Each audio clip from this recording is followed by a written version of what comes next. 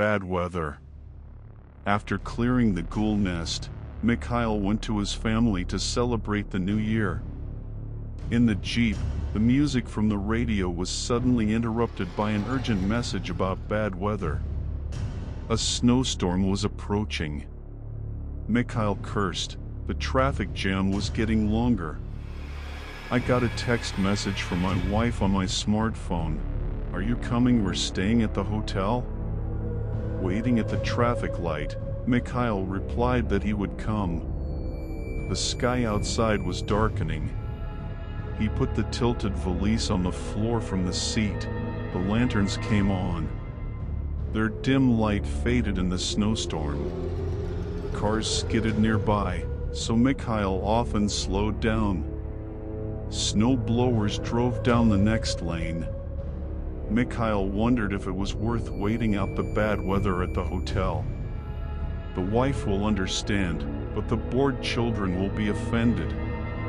I decided that I would break through for the sake of a family holiday. Mikhail left the city in the dark. "I'll be late," he warned his wife by text message, and the connection was lost. Suddenly, the Jeep stalled. I had to get up to push a car stuck in snowdrifts. Alas, I was just tired and angry. Returning to the salon, Mikhail opened a bag with an engraving of the Department of Hunters of Evil Spirits. Reviewing things was reassuring. Here was a bottle of holy water, an iron cross with a knife inside, rosaries and antidotes and syringes, and a pistol with a couple of cartridges. Mikhail yawned. Lack of sleep affected. There was a knock on the window. "Can I warm up at your place?" A man's voice asked.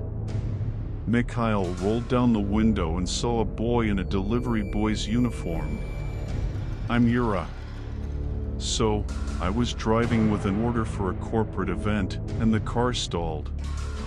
"Okay, come in," Mikhail replied. "Then can I give you something to thank you for?" Mikhail nodded and put the bag closer to his feet. Yura returned with the boxes and a thermos. He sat down, closed the door, and shivered.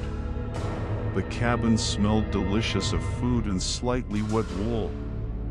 There were pies and whites in the boxes. "There's tea in the thermos." Yura ate greedily, and when the boy unbuttoned his jacket, he smelled the wet dog again. Suspicion began to grow in the hunter. "And what happened to you?" Yura asked and, pouring tea into the lid of the thermos, handed it to Mikhail. "I was in a hurry to get home for the new year and got stuck." "I see," Yura barked and accidentally pushed the box of food to the floor. Bending down to pick it up, Yura froze when he saw the bag and its engraving. Mikhail understood everything. With a jerk, he bent over to the bag, pulled out a pistol, intending to shoot before the werewolf reincarnated. Yura started to growl. At the same time, there was a loud crash on the roof of the Jeep, as if they had jumped. There was a dent in the ceiling. "Yours, little bitch? Answer me." Yura shook his wolfish muzzle. There was a screech, and the windshield shattered. Skinny hands with a network of black veins reached into the cabin, grabbed Yura and dragged her outside. The werewolf was frantically thrashing around, but there was no way to free himself. Mikhail shook off the fragments and fired.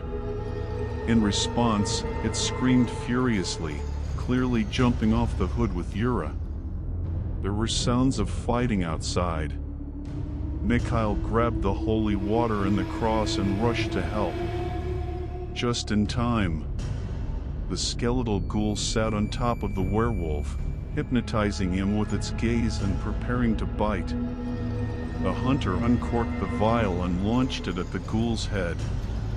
A hiss, a heart-rending cry of pain, was enough to bring him closer, releasing the blade hidden in the cross.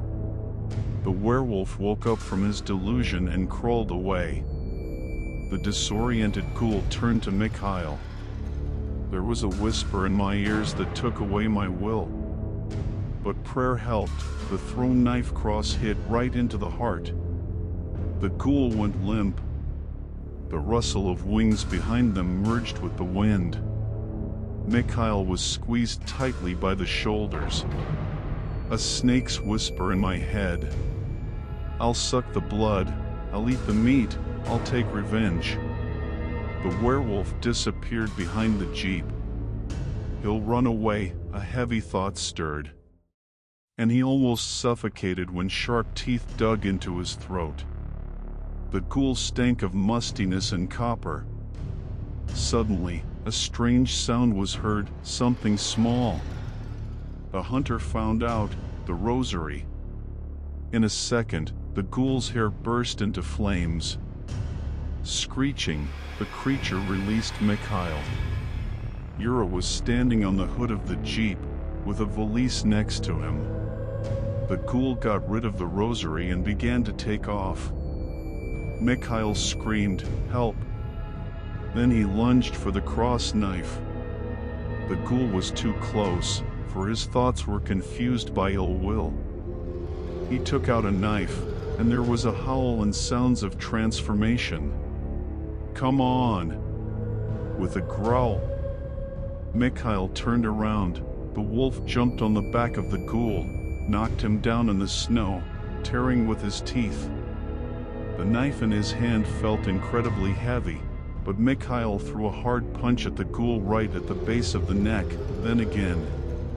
The creature screamed, scratched, and tore the wolf's fur to the flesh with its claws, but it could not escape. Finally, Mikhail severed her head and fell. Foam appeared on his lips. He whispered about the antidote in the bag. The bloody wolf barked and ran.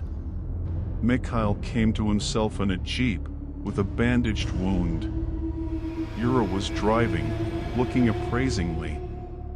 "If I'm alive, then I wasn't mistaken with the antidote. Thanks for helping. I thought you'd quit. And so, we'll settle up. Ghouls spoil our lives too. They don't just drink human blood. So my enemy's enemy is my friend?" "Apparently so," Yura grinned.